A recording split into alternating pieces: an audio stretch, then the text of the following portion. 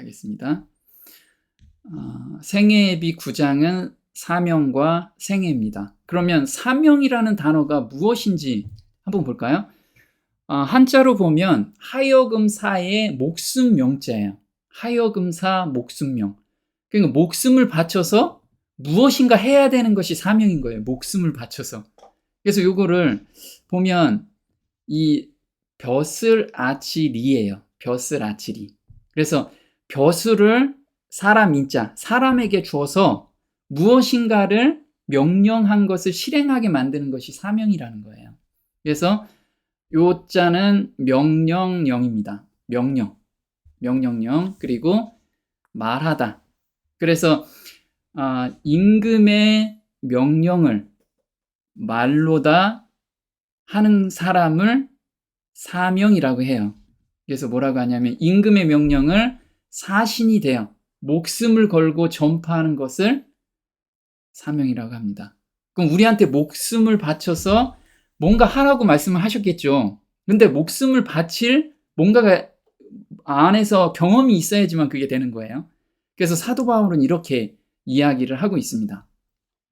나의 달려갈 길과 주 예수께 받은 사명, 곧 하나님의 은혜의 복음 증거하는 일을 마치려 하면은 나의 생명을 조금도 귀한 것으로 여기지 아니하노라. 네, 사도행전 20장 24절에는 사명에 대해서 명확하게 사도 바울 형제가 이야기를 했어요. 그래서 주 예수께 받은 사명, 그러니까 예수님이 우리의 왕이시잖아요. 왕께서 우리한테 준 명령이 있어요.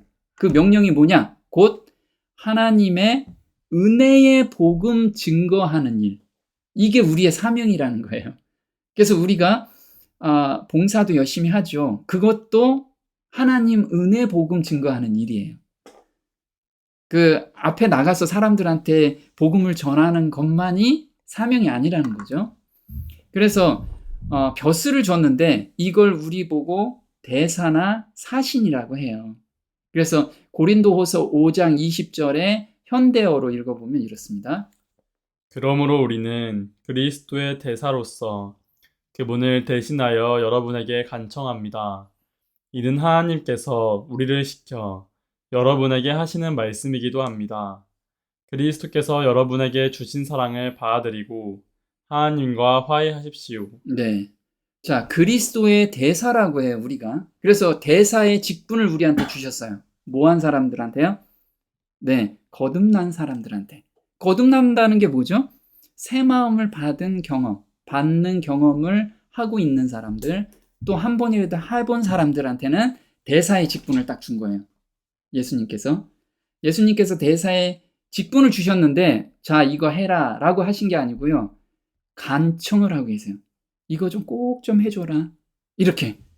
대사인데 명령해도 되잖아요. 근데 우리한테 간청을 하고 계세요. 간청을 하시는데 어떻게 간청을 하시냐면요.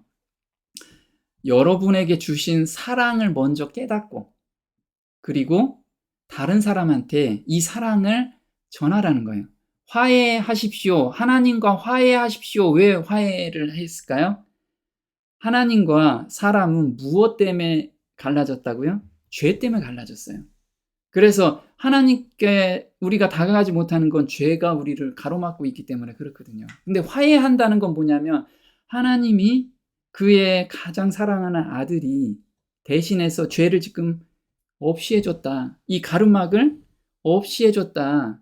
그래서 너희들은 나하고 이제 막힌 담이 없으니까 나한테 와라. 그것만 믿으면 나한테 올 수 있다. 이거를 좀 전해달라는 거예요. 근데 이거를 정말 간청을 하고 계세요. 너희들도 받아서 이 죄짐에 눌려있는 모든 사람들, 네 주변에 있는 사람들, 네 가족들, 지금 세상 사는 것에 고달프고 죄짐에 눌려있지 않느냐. 하나님께로 오게끔 우리가 받은 거를 그 사람들한테 꼭 좀 전해줘라. 이것을 간청하고 계세요. 대사로 임명하면서 간청하고 계시는 게 저희의 사명이라는 거예요. 근데 원래 사명이라는 건 이렇게 되는 거예요. 주어진 일을 제대로 해내려는 마음인데 봉사하는 게 사명이라고 여기고 끝까지 하겠다고 다짐하는 걸 사명이라고 합니다. 그래서 사명은 사신이 받은 명령이라는 뜻이다. 사신은 나라의 명을 받고 외국에 파견된 신하로 어떤 상황에서든지 자신에게 주어진 임무를 해내야 한다. 이런 연유로 사명은 주어진 일을 제대로 해내려는 마음을 이룬다. 그래서 중요한 건요, 우리가 이제 하늘 백성이 됐잖아요. 하늘 백성이 됐으니까 하늘의 기별을 우리가 줘야 돼요. 근데 이게 우리 한자에 이런 거 있죠. 함흥차사라고 혹시 들어보셨나요? 자, 함흥차사로 가면 100% 죽는 곳이에요. 근데 사람들은 군주, 왕에 충성하기 위해서 함흥차사로 임명이 되면 죽을 줄 알면서도 간다 이거죠. 그래서 함흥에 갔던 차사가 왜 이렇게 소식이 없냐 해가지고 함흥차사였어요. 그렇듯이 우리가 죽을 줄을 알면서도 가는 거라 이거죠. 이게 대사로서의 받은 사명이라는 거예요. 근데 우리는 좀만 어려우면 나 대사 그만할래요. 이러면 안 된다는 거예요. 근데 이때는 임금에 대한 충성심 때문에 그랬는데 우리는 어떤 마음으로 이끌려서 우리가 이 대사 역할을 하냐 이거죠.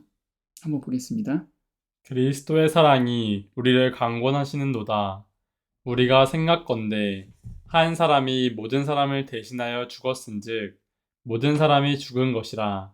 저가 모든 사람을 대신하여 죽으심은 산자들로 하여금 다시는 저희 자신을 위하여 살지 않고 오직 저희를 대신하여 죽었다가 다시 사신 자를 위하여 살게 하려 함이니라. 네, 그리스도의 사랑이 우리를 강권한대요. 자, 강권하다는 뜻이 뭐냐면 단단히 붙들다, 밀어붙이다 라는 뜻이에요. 그래서 강권하다는 둘러싸고 밀어낸다. 그게 뭐냐면 나의 마음을 하나님의 사랑이 둘러싸서 이 사랑이 계속 밀고 가는 거예요. 이 뜻이라는 거죠. 그래서 바울의 헌신적인 행위가 그리스도의 사랑에 의해 불가항력적으로 이루어진 것임을 보여준다. 그리스도의 사랑에 이끌리기로 선택한 사람은 의무의 길에서 좌로나 우로나 치우치지 않고 바울과 같이 주춤거리지 않고 한 마음으로 주님의 사업을 추진해 나아갈 것이다. 그래서 바울은 강권이라는 것을 계속 자기의 간증으로 넣었어요. 자기가 돌에 맞고 채찍으로 맞고 이렇게 고생을 하지만 하나님의 사랑이 강권함으로 내가 그 강권에 힘입어서 간다는 거죠. 두려움을 생각하지 않고. 그럼 여기 보면 그리스도의 사랑인데 그 사랑이 어떤 사랑인지 우리가 조금만 생각해 보자 이거죠. 저도 이제 이걸 공부하면서 다시 한번 산에 가면서 깊이 하나님의 사랑을 우리한테 주신 사랑을 깊이 묵상하게 됐어요. 그러면서 이런 거죠. 하나님의 마음, 우리 하나님 마음을 공부할 때는 좀 아는데 또 가끔 까먹잖아요. 근데 이때 또 한번 보자고요. 땅 위에 사람 지으셨음을 한탄하사 마음에 근심하시고 창세기 6장 6절인데 여기서 근심하다, 아차부라고 했죠. 근심하다. 근데 이게 영어로 grieved.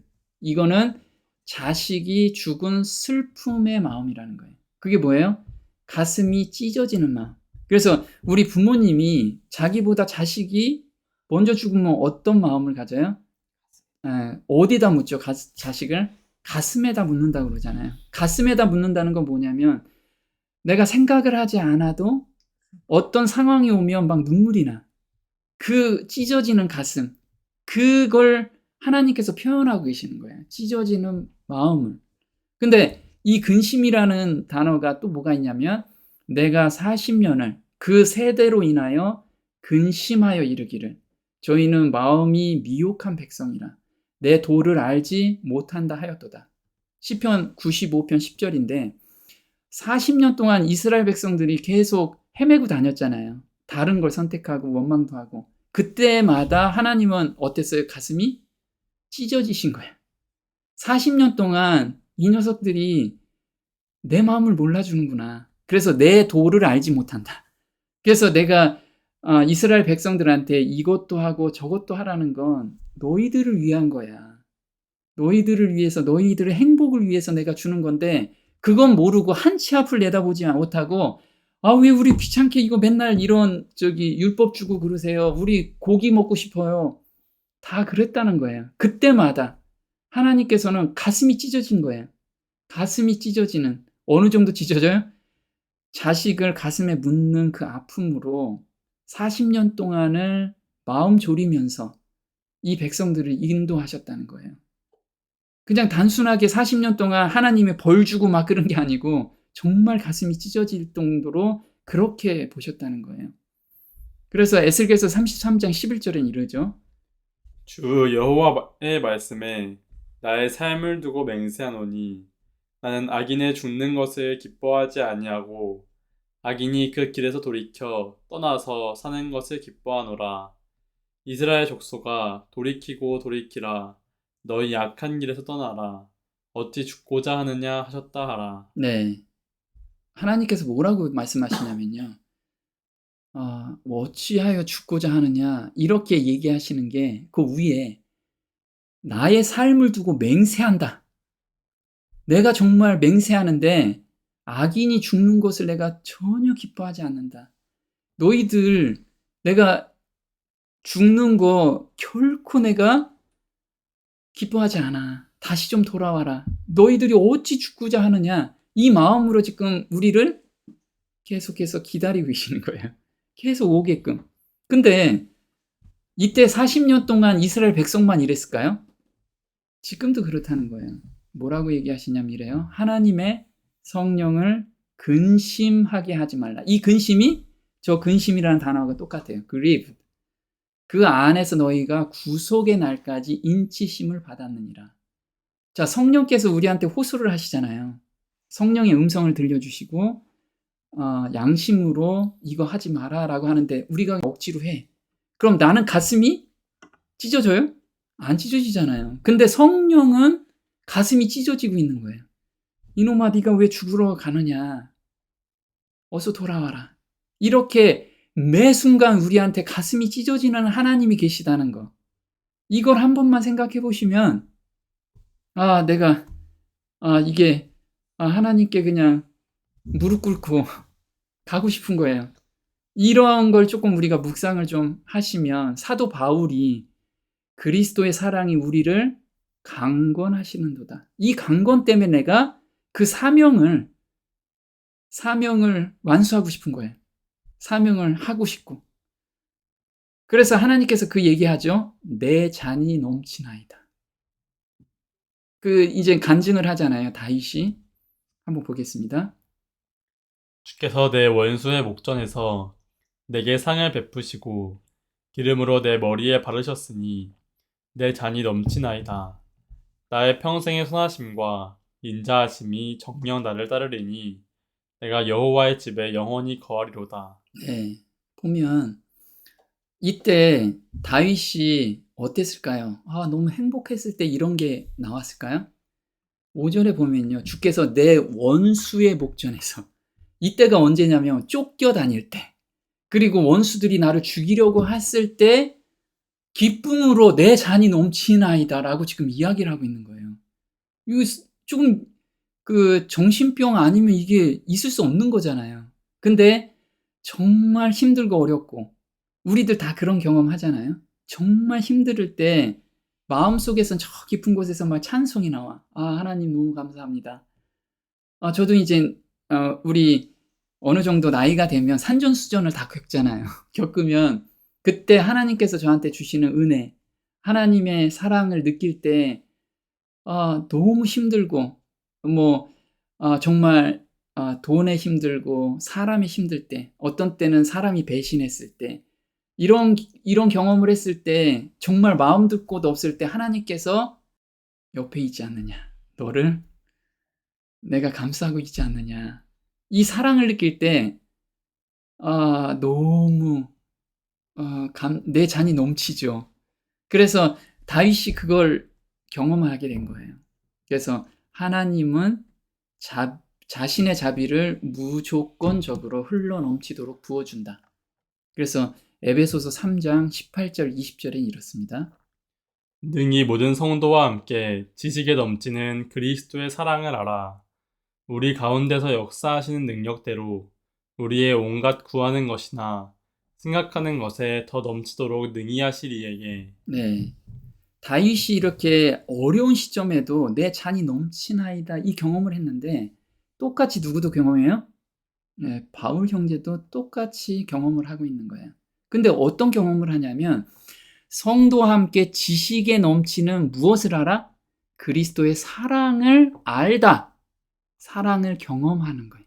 사랑을 경험하면 우리 가운데 역사하시는 능력, 그게 뭐예요? 새 마음을 받는 경험을 그 경험으로 아무리 힘들어도 나는 내 은혜가 넘칩니다. 내 잔이 넘칩니다. 이 간증을 할 수가 있었던 거예요. 그래서 여기서 우리가 인자하심, 인자라는 거 우리 지난번에 공부했잖아요. 인자를 한번 공부해 볼게요. 인자라는 단어가 경외하다는 단어가 똑같다라고 얘기했죠. 말씀을 드렸는데 여호와는 그 경외하는 자, 곧 그 인자하심을 바라는 자를 살피사. 그래서 경외라는 것과 인자라는 것은 같은 단어라는 거예요. 근데 인자라는 단어는 변함없는 사랑이라는 거예요. 변함없는 사랑. 하나님께서는 변함이 있을까요? 하나님은 회전하는 그림자도 없고요. 그 다음에 우리처럼 널뛰게 하는 감정도 가지고 있지 않으세요. 항상 사랑이 넘치시는 그 마음을 가지고 계세요. 그게 우리한테 베풀어 주시는 인자라는 거예요. 인자. 그래서 다윗이 시편 33편 18절에선 경외하라는 단어를 알게 됐어요. 두려워한다는 단어가 하나님의 변함없는 사랑을 경험하는 거구나. 그걸 알고 나서 33편 19절에는 저희 영혼을 사망에서 건지시며 저희를 기근 시에 살게 하시는도다. 그래서 사망에서 건지신다요. 근데 어떻게 하면 사망에서 건질까? 이걸 이젠 다윗이 경험을 하는데요. 자기를 경외하는 자와 그 인자하심을 바라는 자들을 기뻐하시는도다. 기뻐하신다고 그랬죠. 그러면 경외하는 자 또는 인자를 경험하는 자가 어떤 건지 다윗이 이렇게 깨달아요. 이렇게. 다윗이 깨달은 경외함이죠. 다윗이 아비멜렉 앞에서 미친 채 하다가 쫓겨나서 지은 시가 시편 34편이에요. 그럼 평안할 때가 아니잖아요. 아까도 내 잔이 넘치옵니다가 평안할 때가 아니었다는 거죠. 근데 환경은 평안하지 않았는데 마음에서는 엄청난 평안함이 나온 거예요. 그래서 한번 보겠습니다. 나와 함께 여호와를 광대하시다 하며 함께 그 이름을 높이세 너희는 여호와의 선하심을 맛보아 알지어다 그에게 피하는 자는 복이 있도다 너희 성도들아 여호와를 경외하라 저를 경외하는 자에게는 부족함이 없도다. 네. 하나님이 정말 광대하시다. 그리고 그분에게 피하는 자는 복이 있대요. 왜 복이 있는지 볼게요.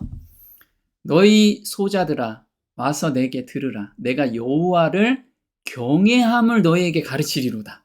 그래서 다윗이 경외함을 드디어 깨달았어요. 그래서 그걸 가르치려고 이 시를 쓴 거예요. 그래서 그게 뭐예요? 경외함이 17절에 의인이 외침에 여호와께서 들으시고 저희의 모든 환난에서 건지셨도다. 그래서 외치래요. 자기가 죄의 짐에 눌려 있거나 어떤 세상 걱정에 눌려 있으면 여호와께 외치래요. 하나님 저 여기 빠져 있어요. 저 여기서 건져내 주세요. 외쳐보래요. 그러면 여호와는 마음이 상한 자에게 가까이 하시고 중심에 통회하는 자를 구원하시는도다. 의인은 고난이 많으나 여호와께서 그 모든 고난에서 건지시는도다. 여호와께서 그 종들의 영혼을 구속하시나니 이게 구속한다는 게 속량하시나니 저에게 피하는 자는 다 죄를 받지 아니하리로다. 그래서 경외한다라는 건 뭐냐면요. 내가 지금 처해 있는 너무 힘든 상황을 여호와께 다 고하라. 그러면 저에게 피하는 자, 이게 피하는 자라는 거예요. 여호와께 다 고하는 거. 저에게 피하는 자는 다 죄를 받지 아니하리로다. 벌을 받지 않겠다. 다 용서하겠다. 내가 용서하고 기다렸다. 기다리고 있다라는 걸 다윗은 깨달았던 거예요. 그래서 두려워하고 경외하고 이것을 다윗이 경험해서 사람들한테 제발 좀 니네 혼자서 고민하지 말고 여호와의 그 변함없는 사랑을 꼭 좀 한번 느껴봐라. 지금 말씀을 하고 계시는 거죠. 그래서 이타적인 사랑을 우리한테 보여주고 계시죠. 그래서 이렇게 나옵니다. 우리 구주의 기쁨은 타락한 남녀를 건지시고 구속하는 데 있었다. 그분께서는 고통과 사망으로부터 자신을 구원하고자 애쓰지 않으셨다. 오히려 자원하는 마음으로 십자가에서 죽으셨다.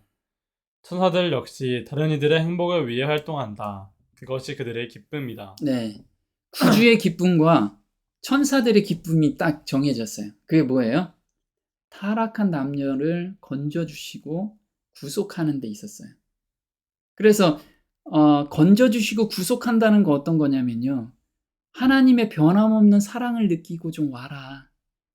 이 마음을 좀 알아줘라. 이건 거예요. 나 믿지? 이거 내가 좀 믿어줘라. 하나님이 우리 대사로 선정해서 너 이거 가 명령한 게 아니잖아요. 간청하세요. 우리한테. 간청하고 계시잖아요.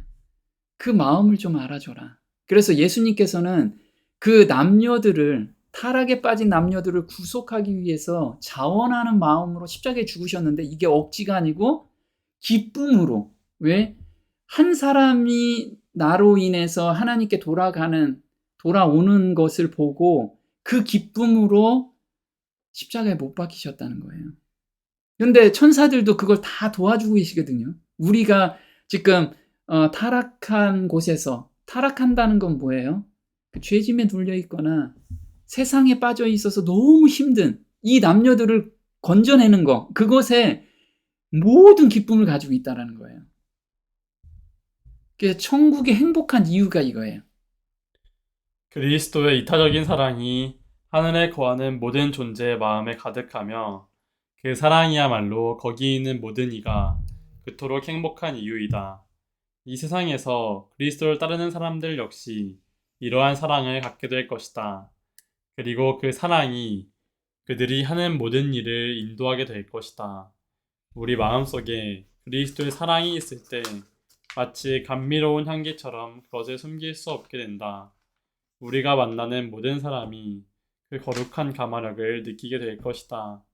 우리 마음속에 있는 그리스도의 정신은 사막에 있는 샘물과 같다. 네. 그래서 그리스도의 이타적인 사랑이 어떤 거죠?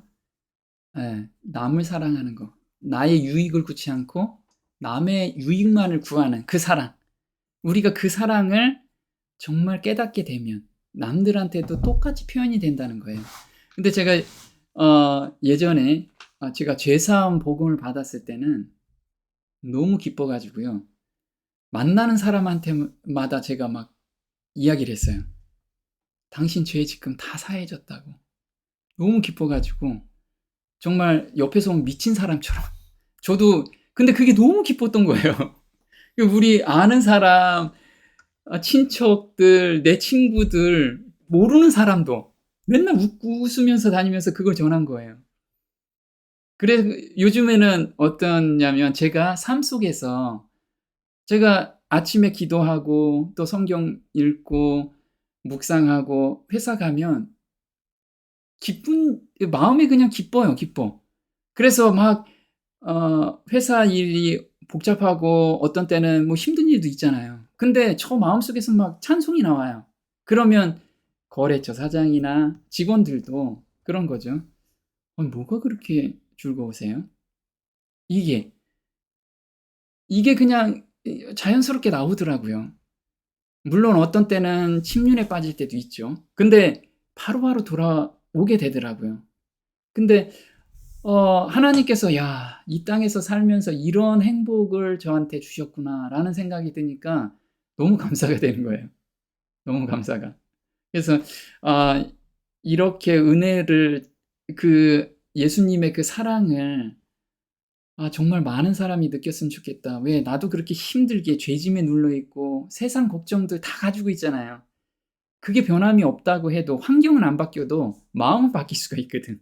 그러면 환경도 자연스럽게 바뀌게 되는 거죠. 그리스도의 정신이 정말 무엇이냐 보겠습니다.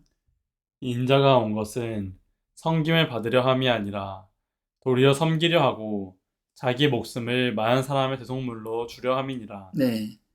정말 이거를 우리가 깨닫는다면. 근데 이게 사람의 본성이 있잖아요. 사람의 본성은 누구나 높아지고 싶고 나의 무엇인가를 자랑하고 싶은 게 이 마음이잖아요. 근데 이렇게 어떻게 하셨을까? 근데 예수님의 그 순결하고 정결한 그 마음을 정말 한 번이라도 경험하고 그것이 뇌리나 가슴에 박혀 있으면 내가 지금 하고 있는 모든 것이 정말 아무것도 아니라는 것을 항상 느끼게 돼요. 항상. 그래서 이런 거죠. 이것이 그분의 생에 있어서 하나의 큰 목적이었다. 그 밖에 다른 것은 이보다 중요하지 않았다. 하나님의 뜻을 행하고 하나님의 일을 완수하는 것은 그분에게 음식이나 음료와 같았다. 그분의 사역에는 자아에 대한 생각이 전혀 없었다. 그래서 예수님께서는요, 하나님의 뜻을 행하고 완수하는 것이 먹는 거, 마시는 거, 그게 먹는 거와 마시는 거래요. 그래서 우리가 옛날에 어른들이 그러잖아요. 자식이 잘 되면, 야, 나 밥 안 먹어도 배부르다. 이런 얘기 많이 들어요. 너무 기분이 좋으니까 밥 안 먹어도 배가 부르는 거. 근데 예수님께서 정말 하나님의 뜻, 구원받는 사람들, 새 마음을 받는 사람들만 보면 그게 밥을 안 먹어도 너무 기쁘신 거예요. 이게 우리 마음이잖아요. 우리가 그 마음이 전달이 되잖아. 그래서 이런 마음을 주신 하나님께도 감사가 되고요. 그리고 또 이렇게 우리를 계속해서 삶에서 인도하시는 게 너무 감사가 되죠. 그러니까 이 은혜가 이끄는 삶이라는 거죠. 우리가 그리스도의 은혜를 받으면 우리 역시 다른 사람들을 돕고자 하는 마음이 들 것이다. 그리스도께서 위하여 돌아가신 사람들이 이 은혜의 선물을 나누어 가질 수 있도록 우리의 모든 것을 기꺼이 바치고자 할 것이다. 네. 그래서 은혜가 우리한테 자리를 잡으면 이 은혜가 끌고 간다는 거예요, 삶을. 자, 그럼 우리한테 어떤 기별을 간청하셨는지 보겠습니다. 이는 하나님께서 그리스도 안에 계시사 세상을 자기와 화목하게 하시며 저희의 죄를 저희에게 돌리지 아니하시고 화목하게 하는 말씀을 우리에게 부탁하셨느니라. 하나님이 죄를 알지도 못하신 자로 우리를 대신하여 죄를 삼으신 것은 우리로 하여금 저희 안에서 하나님의 의가 되게 하려 하심이니라. 네. 그래서 저희 죄를 저희에게 돌리지 않는 것. 그게 뭐죠? 하나님의 의를 입혀주는, 그리스도의 의를 우리에게 입혀주시는 경험을 하라는 거예요. 경험을 했으면 그 경험을 좀 알려줘라. 왜 너희들만 살려고 하냐? 지금 다 죽으러 가는 사람들이 많지 않느냐? 내 삶을 두고 맹세하노니 내가 악인들이 죽는 것을 내가 전혀 기뻐하지 않는다. 내 마음을 안다면 정말 기회가 되지 않는다고 해도 그 마음을 항상 가지고 있고 기회가 될 때 너의 경험을 좀 알려주라. 지금 이걸 우리한테 계속 부탁하고 계시는 거예요. 그래서 우리가 입혀주시는 의의가 이 경험이잖아요. 나 대신 돌아가신 나의 죄를 가지고 있는 양을 내 칼로, 내 손으로 찔러서 내가 내 대신 돌아가시는 그 예수님을 내가 바라보는 거. 그리고 그 피를 내가 뒤집어 쓰는 거 있잖아요. 그래서 보면 입혀주시는 의의 경험, 이게 뭐예요? 새 마음을 받는 경험이라는 거죠. 이게 다른 말로는 뜰의 경험. 그것을 억지로 하라는 게 아니고요. 증거하라는 거예요. 경험했으니까 증거하라는 거죠. 그럼 우리가 지금 생애빛을 배우고 있잖아요. 생애빛에서 입혀주는 의는 이렇게 6단계라는 거예요. 내가 지금 내 새 마음을 받고 싶은데 아직 못 받았어요. 그러면 처음부터 시작해야 돼요. 왜? 늦었다는 게 결코 아니라는 거예요. 하나님은 100년을 살았든 1년을 살았든 경점으로 보기 때문에 우리는 처음부터 다시 돌아가도 결코 늦는 게 아니야, 하나도. 처음부터 다시 우리가 인류를 위한 하나님의 사랑을 깊이 묵상을 하고요.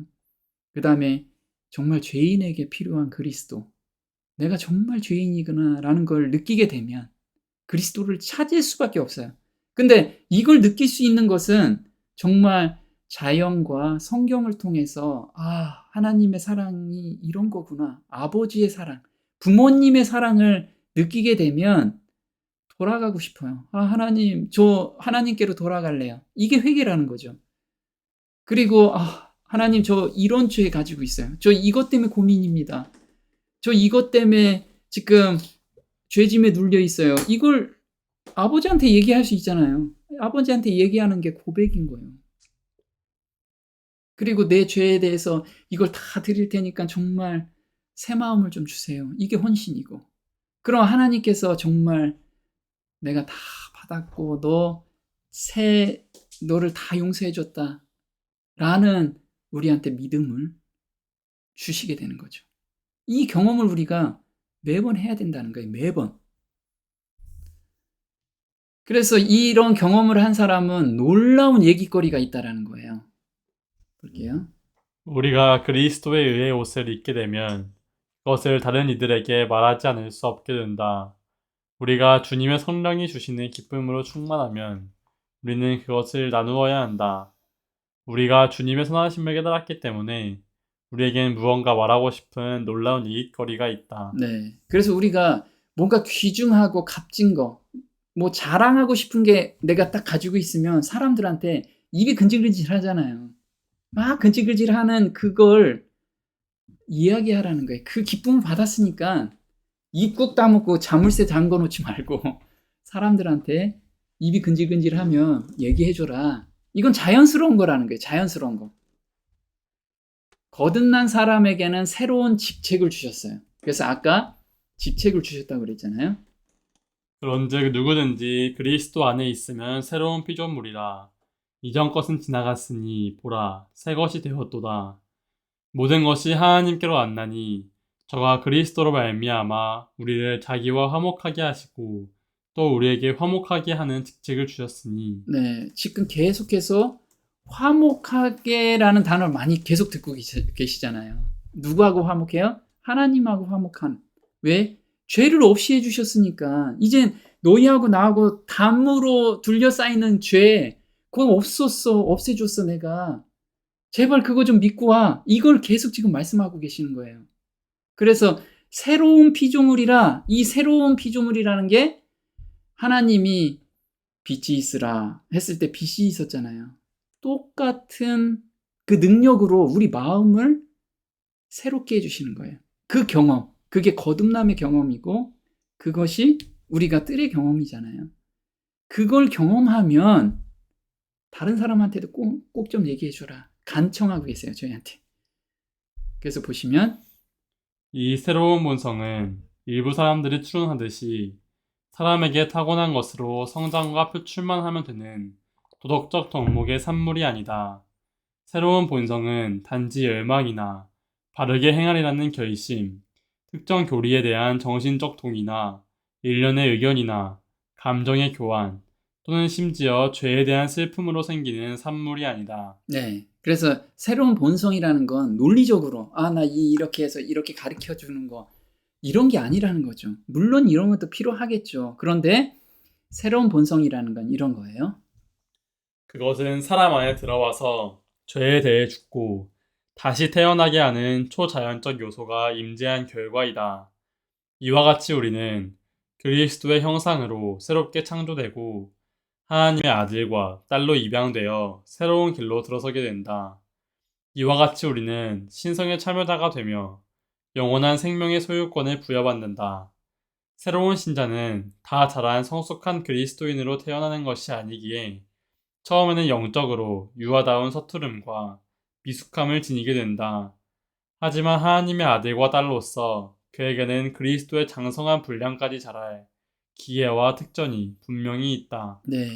그래서 이게 새로운 경험을, 새 마음을 받는 경험을 하면 이건 자연스럽게 나오는데 처음에는 어린 아이처럼 좀 미숙할 수도 있다 이거죠. 그런데 그게 잘못된 게 아니라는 거예요. 당연한 거예요. 자라남에 있어서. 그래서 우리가 새 마음을 받았으면 넘어질 때도 있고 다시 일어나서 그 경험을 계속 하라는 거죠. 그래서 우리는 죄에 대해서 죽고 다시 태어나게 하는 초자연적인 요소가 임재한 결과라는 거예요. 새 마음은. 그래서 논리적으로 이래서 새 마음 받는 거야. 물론 논리는 맞죠. 근데 경험을 하지 않으면 그게 무엇인지 잘 몰라요. 근데 정말 경험을 하게 되면 그 논리가 없어도 나한테는 그게 이루어진 사실을 나는 증거할 수 있다는 거예요. 그래서 이런 사람들은 신성에 참여한 자가 되며 영원한 생명의 소유권을 부여받은 사람이라는 거예요. 자, 화목하게 하는 직책이 뭐냐? 모든 것이 하나님께로 났나니 저가 그리스도로 말미암아 우리를 자기와 화목하게 하시고 또 우리에게 화목하게 하는 직책을 주셨느니라. 자, 직책이 뭐냐 하면 디아코니아라고 하는데 이게 봉사, 직무, 집사의 직무예요. 볼게요. 형제들아, 스데바나의 집은 곧 나가야의 첫 열매요. 또 성도 섬기기로 작정한 줄을 너희가 아는지라. 내가 너희를 권하노니 네, 고린도전서 16장 15절이에요. 그러면 화목하게 하는 게 불신자들한테만 내가 꼭 전해야지. 이게 우리한테 주어진 직책이 아니라는 거예요. 물론 그것도 주어졌죠. 두 번째는 성도를 섬기는 것도 직책 안에 들어가 있다라는 거예요. 또 은사는 여러 가지나 성령은 같고 직임은 여러 가지나 주는 같으며 또 역사는 여러 가지나 모든 것을 모든 사람 가운데서 역사하시는 하나님은 같으니 각 사람에게 성령의 나타남을 주심은 유익하게 하려 하심이라. 네, 여기 직임이 바로 직책하고 똑같은 거예요. 섬기는 거, 집사의 직무. 우리 성도들 간에 섬기는 거 있잖아요. 그것도 하나의 우리한테 화목하게 하는 직책이라는 거예요. 이때는 어떻게 해야 돼? 그럼 나의 생각을 내려놓고 섬기는 자세라는 거예요. 그게 화목이 된다는 거예요. 화목이. 그래서 이 모든 서로 다른 봉사들은 모두 같은 주께 바쳐진다. 그들 각자에 있어 신자는 그의 형제요 그리스도의 형상이다. 그는 은혜의 선물로 그에게 맡긴 봉사할 책임이 있다. 그래서 사명이라는 게 봉사 직책이라는 거예요. 누구한테 바쳐져요? 네, 형제 자매들한테, 보이는 형제 자매들한테 하지만 이게 다 하나님께 다 바쳐지는 봉사라는 거예요. 그러나 너는 모든 일에 근신하여 고난을 받으며 전도인의 일을 하며 내 직무를 다하라. 네, 디모데한테 바울 형제가 이야기를 한 거예요. 디모데한테 뭐라고 직무를 이야기해줘요? 전도인의 일을 해라 라고 지금 이야기를 하고 계세요. 또 우리에게 주신 은혜대로 받은 은사가 각각 다르니 혹 예언이면 믿음의 분수대로 혹 섬기는 일이면 섬기는 일로 혹 가르치는 자면 가르치는 일로. 네, 로마서 12장은 형제 자매를 섬기는 일로 해라. 우리한테 준 직책, 사명이 뭐예요? 두 가지예요. 하나는 전도의 일을 해라. 또 하나는 형제 자매들한테 봉사하라. 이걸 누구한테 바치는 거예요? 정말 하나님께 그게 다 올라간다는 거예요. 다 바치는 거예요. 정말 마음에 새 마음을 받으면 당연히 그게 일어난다는 거죠. 그래서 직책을 맡은 자는 어떤 마음을 가지고 있어야 하는가? 볼게요. 나를 능하게 하신 그리스도 예수 우리 주께 내가 감사함은 나를 충성되이 여겨 내게 직분을 맡기심이니. 네. 디모데전서 1장 12절은 나한테 직분을 맡긴 거는 뭐예요? 나를 충성되이 여긴대요. 그러면 직책을 맡은 사람은 무슨 마음을 가져야 돼요? 충성하는 마음을 가져야 돼요. 그럼 충성이라는 단어를 좀 알면 좋겠죠? 말씀 원자죠. 말씀이 여기 이룰 성자예요. 그렇죠? 이루어지길 마음심, 마음 중심에 간절히 바라면서 목숨을 바치겠다는 다짐이 충성이라는 거예요. 그럼 우리 군인들은 뭐라 그래요? 충성하잖아요. 그게 뭐냐면 내가 조국을 위해서 목숨을 바치겠습니다. 이걸 항상 다짐하는 게 충성이라는 거예요.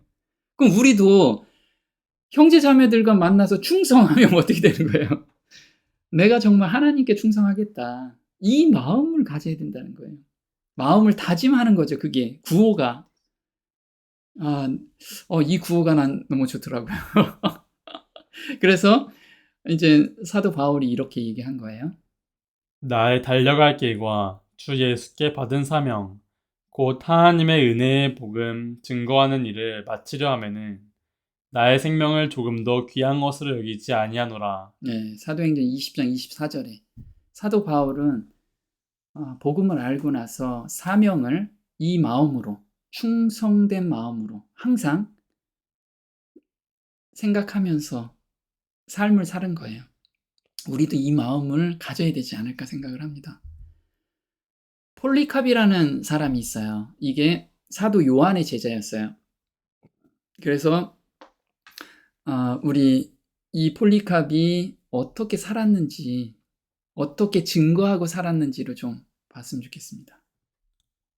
폴리캅은 요한계시록 2장 8절에서 11절에 언급된 서머나 교회의 감독으로서 사도들이 세상을 떠난 다음 세대의 교회의 지도자 가운데 한 사람이었다. 사도 요한에게 직접 교육을 받은 제자 폴리캅은 조그만 오두막집을 은신처로 삼아 그 다락방에 누워 있었습니다. 자기를 붙잡으러 오는 사람들의 소리를 듣고서 그는 친히 그들 앞에 나아가 그들과 담소하였습니다. 그를 잡으러 온 자들은 그가 나이든 노인이라는 사실에 놀라며 이런 귀한 사람을 잡으러 이렇게 중무장을 하다니 라고 하며 애처로워했습니다. 네.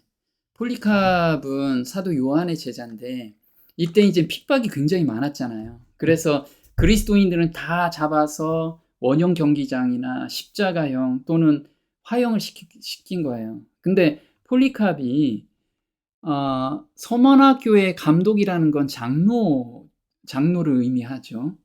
그 서머나 교회 장로니까 이 헤드를 잡아야 되잖아요. 그래서 이제 군사를 보낸 거예요. 군사를 보냈는데 군사가 잡으러 딱 갔는데 보니까 너무 인자하신 분이 있는 거예요. 그러니까 그 중무장한 사람들이 너무 자기들이 초라해 본 거예요. 너무 인자한 사람이 앞에 있으니까. 그래서 폴리캅이 이렇게 행동을 합니다. 그는 먹을 것과 마실 것을 달라고 하여 허기진 병사들을 먹였으며 기도할 수 있도록 1시간의 여유를 주기를 구했습니다. 그러라고 하자 그는 선체로 하나님의 은혜가 충만하여 1시간 내내 기도하기를 쉬지 않았습니다. 많은 이들이 그의 기도 소리를 들으면서 회개하기 시작했습니다. 이처럼 경건한 노인을 붙잡으러 왔다는 것에 큰 가책을 느끼면서 말입니다. 네. 그래서 잡으러 온 병사들을 일일이 보면서 너무 배고프지 않냐? 내가 어차피 죽으러 가니까 내가 상 좀 차릴게. 너희들 먹고 있어라. 그리고 1시간 동안 내가 기도할 시간을 좀 여유를 달라. 하니까 여유를 준 거예요. 그래서 그때 큰 소리로 예수님께서 일평생 동안 나한테 은혜를 베풀어 주시고 또 죄나 힘든 가운데서 나를 구원해 주시는 그 예수님의 은혜에 대해서 계속 감사의 기도를 드린 거예요. 그러니까 바깥에서 그걸 들었던 사람들이 회개하기 시작한 거예요, 자기들이. 얼마나 그 기도에 진심이 담겨 있고 그 삶 속에서 그 경험이 그 말 속에서 다 드러나게 됐던 거죠. 그래서 이렇게 얘기해요. 폴리카의 명성과 고령을 생각한 지방의 총독이 말했다. 맹세하라. 그러면 내가 너를 석방할 것이다. 그리스도를 욕하라. 죽음을 벗어나 생명을 얻을 수 있는 절제절명의 순간에 폴리캅이 입을 열었다. 내가 86년 동안 그분을 섬겨왔지만 그분은 내게 절대로 해를 입히신 일이 없습니다. 그런데 내가 어떻게 나의 왕이요, 나의 구주이신 그분을 욕할 수 있겠습니까? 황제의 이름으로 맹세하라 고 계속 강요하자 그는 이렇게 대답했습니다. 당신이 내가 누구인지 어떤 사람인지 알지 못하는 채 하면서 나에게 황제의 이름으로 맹세하라고 자꾸 재촉하는데 내가 똑똑히 이야기할 테니 잘 들으시오. 나는 그리스도인입니다. 기독교 교리에 대해 배우기를 원하면 나를 하루 정하시오.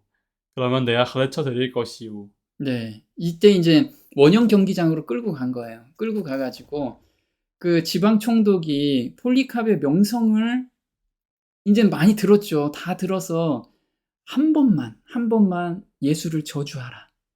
한 번만 너가 그 그리스도인이 아니라고만 얘기해라. 그럼 내가 풀어줄게. 이 얘기를 한 거예요. 그러니까 폴리캅이 그동안의 자기의 경험을 만약에 오늘 하나님의 은혜, 오늘 예수님의 그 은혜를 경험하지 않으면 이 얘기가 안 나오겠죠. 왜? 당장 화형에 처해야 되니까. 근데 이렇게 얘기한 거예요. 내가 86년 동안 그분을 섬겨왔지만 그분은 내게 절대로 해를 입히신 일이 없습니다. 그런데 내가 어떻게 나의 왕이요, 나의 구주이신 그분을 욕할 수 있겠습니까? 우리가 앞으로 어떻게 될지 모르지만 이런 상황이 와도 우리도 똑같은 간증을 해야 되지 않나요? 그건 오늘 내가 어떤 은혜로, 어떤 마음으로 하나님과 같이 동행을 했느냐, 여기에 따라서 나는 그때 가면 내가 각오로 내가 할 수 있어. 절대 그렇게 못한다는 거예요. 오늘 내가 어떤 마음으로 살았느냐에 따라서 이게 나오고 그렇지 않고가 결정이 되는 거예요. 그래서 화형당하는 그 장소에서도 떳떳하게 나는 그리스도인입니다. 만약에 정말 그리스도에 대한 교리를 배우고 싶으면 나를 하나 정하세요. 내가 가르쳐 드릴게요. 이렇게 얘기한다는 거예요. 그대가 끝까지 뉘우치지 않으면 불에 타서 죽으리라. 당신은 1시간 동안 타다가 잠시 후면 꺼져버리는 불로 나를 위협하고 있지만 경건치 못한 자들을 위하여 예비된 심판과 영원한 형벌의 불에 대해서는 전혀 모르고 있습니다. 그런데 어째서 이렇게 지체하고 있습니까? 당신이 원하는 대로 속히 행하십시오. 그 화형당하는 게 두려움이 전혀 없는 거예요, 지금. 그러면서 화형을 지팡할 대가 준비되자 폴리캅은 옷을 벗어 개놓고 허리띠도 풀어놓고 신발도 벗으려 했습니다. 사람들은 화형에 필요한 준비물들을 즉시 그 위에 가져다 놓았습니다. 폴리캅이 몸을 움직이지 못하도록 못을 박아 고정시키려 하자 그는 말했습니다. 나를 그대로 두시오. 불길을 참아 견디도록 내게 힘을 주실 그분께서 그대들이 못으로 나를 고정시키지 않아도 내가 장작더미 위에서 꼼짝하지 않고 끝까지 있도록 해주실 것입니다. 그들은 폴리캅을 못으로 고정시키지 않고 그냥 묶어만 놓았습니다. 그는 마치 희생 제물로 드려지기 위해 많은 무리 가운데서 뽑힌 어린 양과도 같이 양손이 뒤로 묶인 채 하나님께서 기뻐 받으실 제물이 될 차비를 하고 있었습니다. 그는 하늘을 우러러보며 이렇게 말했습니다.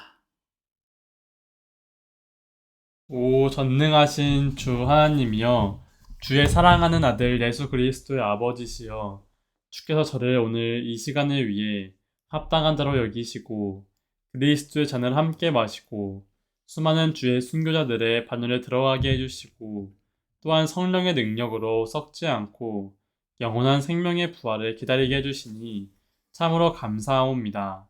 영원토록 신실하신 주께서 미리 예정하시고 저에게 보여주신 대로 오늘 저를 주 앞에 향기로운 제물로 받아주시옵소서. 이 모든 일에 대해 주를 찬송하오며 주께 영광을 돌리옵니다.